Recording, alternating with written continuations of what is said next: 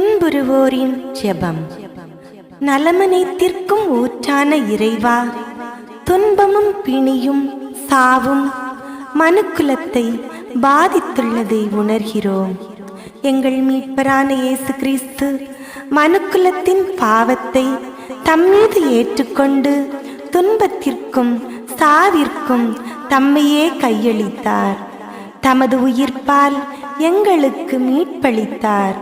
சாபக்கேடாக கருதப்பட்ட துன்பம், பிணி, சாவு அனைத்தையும் விண்ணக வாழ்வுக்கு உதவிடும் மேன்மை நிறை வழிகளாய் மாற்றி அமைத்துள்ளார்.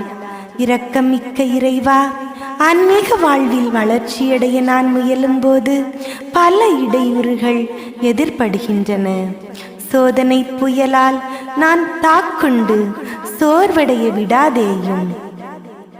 மன வலிமையை தாரும். ஆழ்ந்த விசுவாசத்துடன் எந்த சோதனையையும் அகற்றிவிட அருள் தாரும்.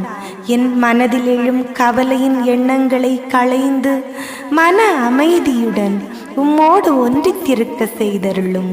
விண்ணகத் தந்தாய், எங்கள் ஆண்டவரான கிறிஸ்து தமது பாடுகளின் துன்பக்கலத்தை கொண்டு அஞ்சிடினும் திருமுன் அக்கலம் நீங்கப்பெற மன்றாடினும் உமது திருவுளத்திற்கொப்ப அதனை ஏற்றுக்கொண்டார். என் வலிமையின்மையை நான் நன்கறிவேன். உடல் நோயால் அவதியுறும் என் மீது இரக்கமாயிருக்க மன்றாடுகிறேன். உமது திருவுள்ளத்திற்கு ஏற்புடையதானால் இப்பிணியினின்று என்னை காத்தருளும். பிணியின் துன்பம் நீங்க பெற்று நலமான உடலுடன் உம்மை போற்றி புகழ வரமருளும்.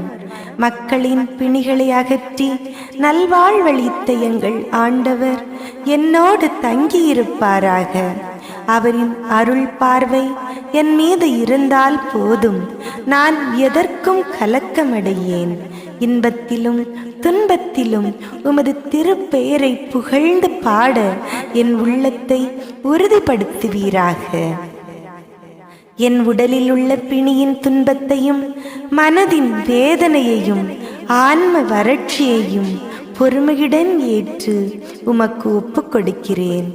இவை கிறிஸ்துவின் பாடுகளுடன் இணைந்து எனக்கும் உலகில் துன்புறும் அனைவருக்கும் நற்பயன் அளிப்பனவாக. எங்கள் ஆண்டவராகிய அதே இயேசு கிறிஸ்துவின் வழியாக உம்மை மன்றாடுகிறேன். ஆமேன்.